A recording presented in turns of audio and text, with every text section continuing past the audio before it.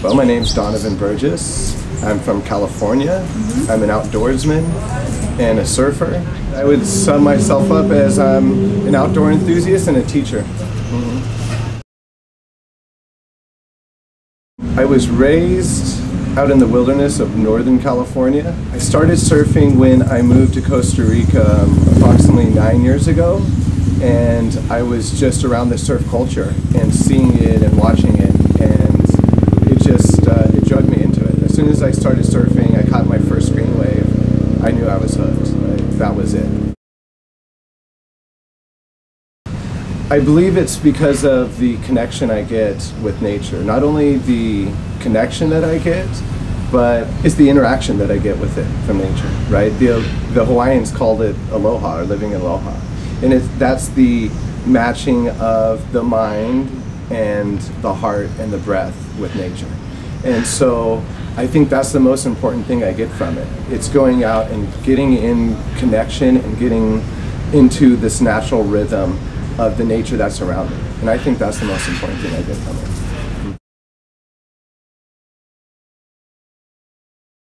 I attended a year-long immersion program, survival program, and while I was out into the wilderness, I had times that I was able to be out by myself for long periods of time.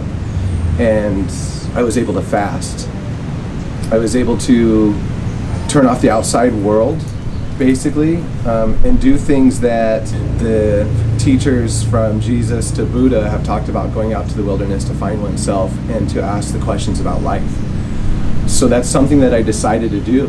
And when I went out into the wilderness, I ended up having mystical experiences from I believe, from meditation, from my diet, from fasting, and from my intention of being out there. I receive the same type of experiences through surfing. There's times I go out and I find it's easier to tune into those type of mystical experiences, if that's what you want to call it, through surfing. Yeah. So the wilderness, you know, as like Jesus talks about, or Buddha talks about, it's going to the wilderness to find out about oneself, or to be in communion with God, whatever your God is. The ocean just happens to be the most wildest place that we know about. And so when we go out to the ocean, there's this connection that happens that I find happens even sooner in the ocean and by surfing than it is by going out into the wilderness, some far-flung place, and going out 100 miles out by yourself. And so I think that's why I have focused more on teaching surf and spreading the aloha spirit through surf. Yeah. Well, this is what I'm working on now, is growing the Liquid Sessions experience in Schoolhouse here in Pavones. We're also looking at locations in Mexico and other places around the world. So right now we're running outdoor adventures and surf camps here in Pavones, this longest wave, they say, longest warm water wave in the face of the earth. And so that's what we're doing. We're just spreading the stoke, and we're teaching and spreading the aloha spirit and teaching people about surf. So it's a good time for friends or family or anybody to come down and experience this magical place down here, because it really is it's just like, it's magic here. I felt like I was turned off. I wasn't living a life that I wanted. I was unimaginative, and I felt like I was just moving on to the next thing. You know, it's from high school, going into the military, then going to the workforce, and it was just going to the next thing, the next class, the next grade, right, the next college, the next school, the next thing, and I didn't feel like I was living. I was inspired by an old high school roommate of mine, Coley Pratt, and his brother's Chris Pratt, who is an actor in Hollywood, who's now like a megastar. And he had shared with me back when I was 23 years old a story about how he gave up everything and sold all of his stuff and was chasing a surf dream in Hawaii.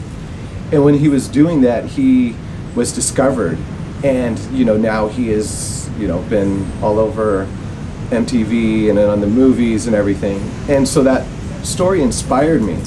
And at the time, I didn't know what he was necessarily talking about. I understood his humor. I didn't get his message to me until I was older in life. And I had decided that I was going to do whatever it took to start living life.